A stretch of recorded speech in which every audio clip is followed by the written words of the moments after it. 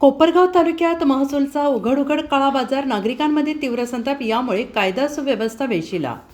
माहेगाव देशमुख गोदावरी नदीपात्रात अवैध वाळूसाठे, अवैध फरांड्या आणि महसूलची गाडी समोर आणि कारवाई मात्र शून्य असा पुराव्यासहित व्हिडिओ समोर आल्याने तालुक्यात खळबळ उडाली आहे.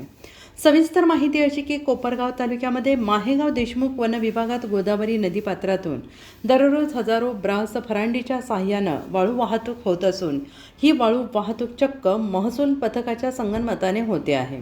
याच्या अनेक तक्रारी गेल्यानंतर वरिष्ठ अधिकाऱ्यांनी या प्रकरणाची डोळेझाक केली होती, परंतु मध्यंतरी वरिष्ठ महसूल अधिकारी यांच्या आदेशाने एक कारवाई झाली होती. मात्र ती कारवाई कठोर न झाल्याने आज सामाजिक कार्यकर्ते यांनी मोबाईल फोटो लोकेशनमध्ये चक्क माहेगाव देशमुख वन विभागाच्या गोदावरी तीरावर कोपरगाव महसूल पथकाची जबाबदार गाडी उभी असताना त्या गाडीच्या आसपास बहुसंख्य वाळू तस्कर समोर हजारो ब्रास पडलेला वाळूसाठा, चक्क त्यांच्या समोरच बहुसंख्य फरांड्या, त्यांना बांधलेले काळ्या रंगाचे टायर स्पष्ट दिसून येत होते.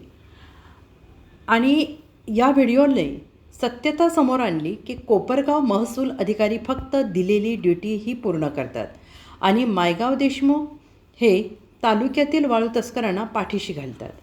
यामुळे या वाळू तस्करांची दादागिरी वाढलेली असून सामाजिक कार्यकर्ते, पत्रकार यांना जीवे ठार मारण्याच्या धमक्या, विनापरवाना शस्त्र बाळगणे, लैंगिक अत्याचार, दारू, बिंगो, दहशत माजवणे यासारखे बहुसंख्य अवैध धंदे माहेगाव देशमुख पंचक्रोशीमध्ये उघड चालू आहेत. माहेगाव देशमुख आणि परिसरात अनेक अवैध वाळू तस्करी होत आहेत. या संदर्भात बहुसंख्य तक्रारी जाऊनही अद्याप कठोर कारवाई झालेली नाही. तसेच जिल्हाधिकारी पंकज आशिया यांना दिलेल्या MPDA कायद्याचा वापर वाळू तस्करांसाठी कुठेही दिसून येत नाही.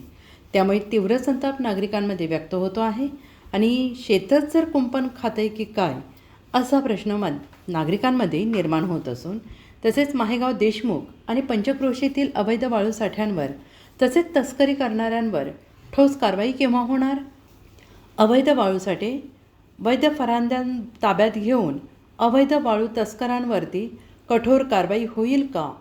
त्यांना महसूल आणि पोलीस प्रशासन पाठीशी घालेल असा सवाल कोपरगावकर विचारत असून यावर स्थानिक महसूल आणि पोलीस प्रशासन काय कारवाई करते याकडे संपूर्ण तालुक्याचे लक्ष लागून राहिले आहे.